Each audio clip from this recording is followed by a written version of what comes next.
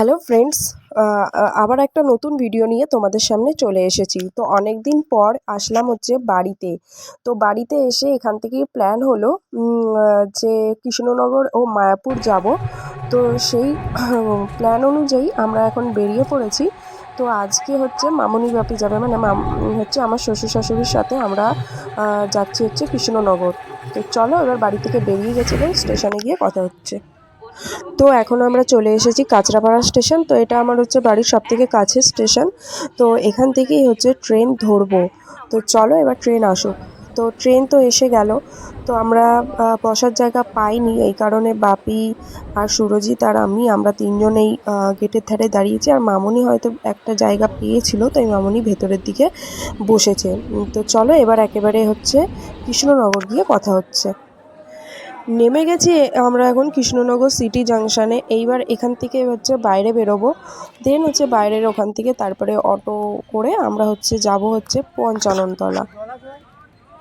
তো যাই হোক, আমরা এখন বসে গেছিলাম অটোতে, কিন্তু অটো তখনও ছাড়েনি, কারণ অটোটা ফুল ভর্তি হয়নি, কয়েকজন বাকি ছিল। তো সেই কারণেই অটোওয়ালা কাকু ওয়েট করছিল। তো অটো ভরলে দেন তারপর হচ্ছে অটো ছাড়বে। তো আমরাও বসেছিলাম। তো এইবার হচ্ছে ছেড়ে দিয়েছে অটো এবং আমরা বাইরের প্রকৃতির দৃশ্য দেখতে দেখতে সামনের দিকে এগিয়ে যাচ্ছি। তো এই পঞ্চাননতলায় একটা মন্দির ছিল, তো সেটা আমার বাপির অফিসের সামনে। তো বাপি বলেছিল যে একদিন যাব। তো সেই কারণেই রবিবার দেখে আমরা এই মন্দিরে চলে এসেছিলাম এবং এখানে এসে পুজো দিয়েছিলাম।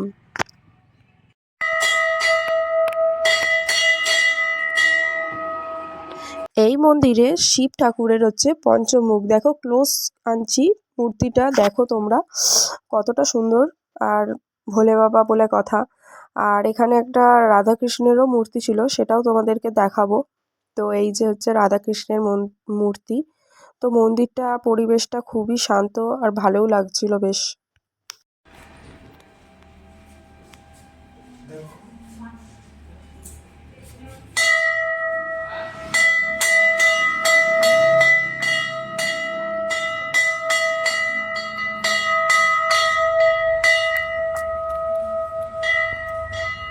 তো তারপর আমরা মন্দিরটা চারপাশটা ঘুরে ঘুরে দেখছিলাম, কারণ তখনও ব্রাহ্মণ আসেনি। তো ব্রাহ্মণের নাম্বার মন্দিরেই দেওয়া ছিল।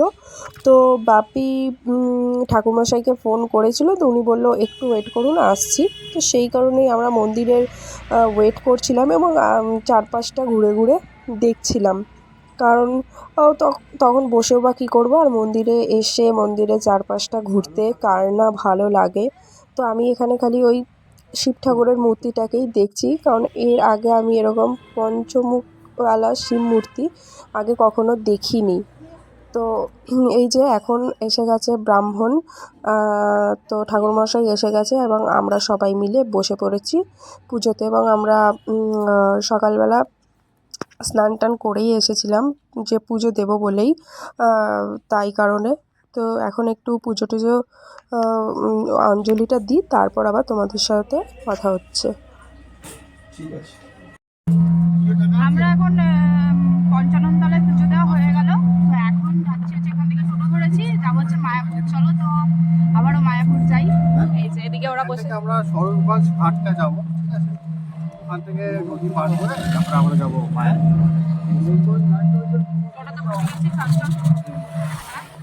চলো, পুজো যখন তাড়াতাড়ি দেওয়া হয়ে গেল ভালো, তাহলে মায়াপুরটা এখান থেকে আছে, তো মায়াপুরও একটু ঘুরে নিই, তাই জন্যই হচ্ছে মায়াপুরে যাচ্ছি। চলো গিয়ে তোমাদের দেখাচ্ছি আস্তে আস্তে সব কিছু। তো টোটো থেকে আমরা এখন নেমে পড়েছি। আর এখান থেকে একটা ঘাট পার করতে হবে। তো এই ঘাটটার নাম হচ্ছে স্বরূপগঞ্জ হুলোর ঘাট। তো এই ঘাটটা পার করে ওপারে গেলেই হচ্ছে মায়াপুর। তো সেই কারণে আমরা এখন এসছি যে এবার ওই নৌকো করে আমরা ঘাটটা পার করব। তো চলো এবার যাওয়া যাক। তো আমরা এখন এসে গেছি হুলোর ঘাটে। তো এই যে এই লঞ্চটা, মানে নৌকাটা পার হয়েই যাব হচ্ছে ওই পারে মায়াপুরে। তো ওখানে মামুনি আগে আগে হাঁটছে, বাপি টিকিট কাটছে, আর আমরা এখানে চলো হেঁটে হেঁটে যাচ্ছি। এই যে লঞ্চটা ছাড়বে মনে হয়, মানে নৌকাটা এখনই ছাড়বে, যাই গিয়ে। তো এরপর আমরা উঠে পড়লাম নৌকোতে, কিন্তু নৌকোটা তখনও ছাড়েনি, কারণ হয়তো টাইম হয়নি, আরও লোক নেবে। তো এখানে মামুনি আর আমি এই সাইডে দাঁড়িয়েছি, বাপি আর ও ওই দিকটায় দাঁড়িয়েছে। তো মামুনিকে আমি বলছিলাম যে আমরা কোথায় যাচ্ছি, মামুনি বলছে যে আমরা মায়াপুর যাচ্ছি। তো এই প্রথমবার মানে বিয়ের পর এই প্রথম আমি ও মামনি বাপির সাথে ঘুরতে গেলাম। তো যেহেতু শীতকালও পড়েছে, আর এই শীতকালই তো মানে ঘোরার হচ্ছে বেশি পারফেক্ট টাইম, কারণ গরমকালে মানে ঘামে প্যাচপ্যাচে অবস্থায় কারোরই ঘুরতে ভালো লাগে না। তো আমারও সেরকমই ভালো লাগে না, শীতকালটাই ঘুরতে ভালো লাগে। আর সেই দিন ছিল হচ্ছে এমনিতেও রবিবার, তো সেই কারণে ভিড়টাও বেশিই ছিল। তো চলো তোমাদেরকে আগে গিয়ে দেখাবো কি কি করছে। ওই যে ওই পার দিয়ে একটা নৌকো আসছে এই পারে, আর আমরা এই পার দিয়ে যাচ্ছি হচ্ছে ওই পারে মায়াপুরের দিকে। তো চলো এবার যাওয়া যাক।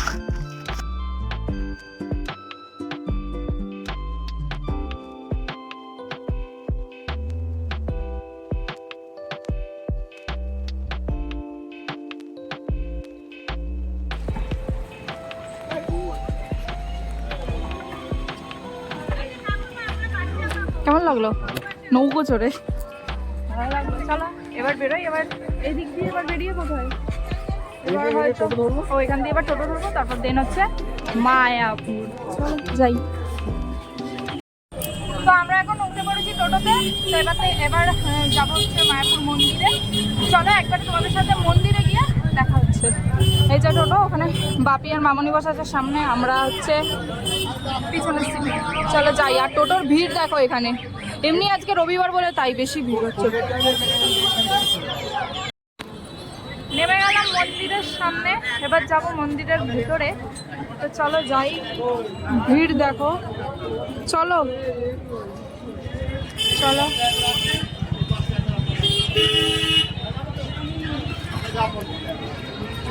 এই টোটোটায় আসলাম, 10 টাকা করে নিয়েছে।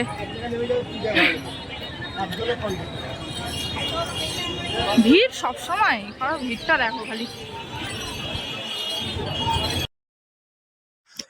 তো এরপর আমরা মন্দিরের ভেতরে ঢুকে তো গেলাম, কিন্তু আমাদের একটা ভুল হয়ে গেছে, তাই জন্য ঠাকুরের দর্শন পেলাম না এবং মনটা খুবই খারাপ হয়ে গেল।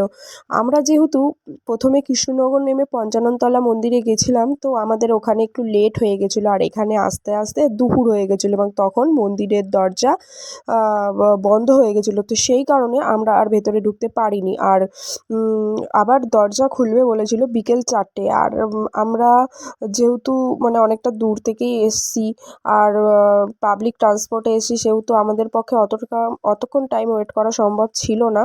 তো এই জন্য আমরা আর মন্দিরে ঢুকতে পারিনি। হয়তো এরপরে কোনো একদিন একদম টাইম নিয়ে গিয়ে শুধুমাত্র মন্দিরেই যাব, তার সেই দিন হয়তো দর্শন করতে পারবো। তো যাই হোক, এরপরে আমরা চলে আসলাম প্রসাদ গ্রহণ করতে। তো সেইখানে গিয়েও আবার একটা প্রবলেম হয়ে গেছিলো। তো মানে আমরা একদম শেষ মুহূর্তেই টিকিটটা পেয়েছিলাম। তো এরপর মানে এরপরে আর টিকিট দেওয়াই বন্ধ হয়ে গেছিলো। মানে সেদিনকে ভাগ্যটা কি ভালো ছিল যে আমরা প্রসাদটা পেয়েছিলাম। আর লাইনটা দেখেছো একবার কত লাইন পড়ে গেছে। তো যাই হোক, এবার আমরা প্রসাদ খাবো। প্রসাদ খেয়ে তারপরে কিন্তু মনটা একটু খারাপ লাগলো, যেহেতু দুপুর পৌঁছেছি আমরা মন্দিরে, সেহেতু ঠাকুরের দর্শন পেলাম না। আবার সেই বিকেলবেলা খুলবে, আর অতক্ষণ টাইম ওয়েট করা মানে আমাদের পক্ষে পসিবল ছিল না। তো সেই কারণেই তোমরা যদি কেউ মানে মায়াপুর যাও, কিন্তু দুপুরে কেউ যেও না, তাহলে মন্দিরে ঠাকুরের দর্শন পাবে না। তো যাই হোক, এবার আমরা এখানে মানে ভেতরে ঢুকে গেছি যেখানে প্রসাদ দেবে। তো কতটা লাইন পড়েছে। তো বাপি মামনি একটু এগিয়ে গেছিলো আর আমরা একটু পিছিয়ে পড়েছিলাম। তো আর কতটা বড় দেখো খাওয়ার জায়গাটা। তো এবার চলো, অনেকটা দূরে মানে আছি আমরা, আর বাপি মামনি আগে আছে। তো এবার হচ্ছে প্রসাদ গ্রহণ করবো এবং প্রসাদে কী কী দিচ্ছে সেটাও তোমাদেরকে দেখাবো। তো এই দিকে দেখো, এই দিকটা হচ্ছে এক্সিট গেট, আর এই সাইডটায় হাত টাত ধোয়ার জায়গা আছে। তো তোমরা যারা এসছো তারা জানো এই দিক দিয়ে বেরোতে হবে, লেখাই আছে। আর জানো না যারা, তাদেরকে বলে দিচ্ছে। আর ওই দেখো দেখো, আমরা এখনো লাইনে দাঁড়িয়ে আছি, এদিকে বাপি মামনি প্রসাদ পেয়ে গেছে এবং ওরা ওখানে বসছে। তো আমরা ওদেরকে বলছিলাম যে আর একটু এগিয়ে গিয়ে বসো।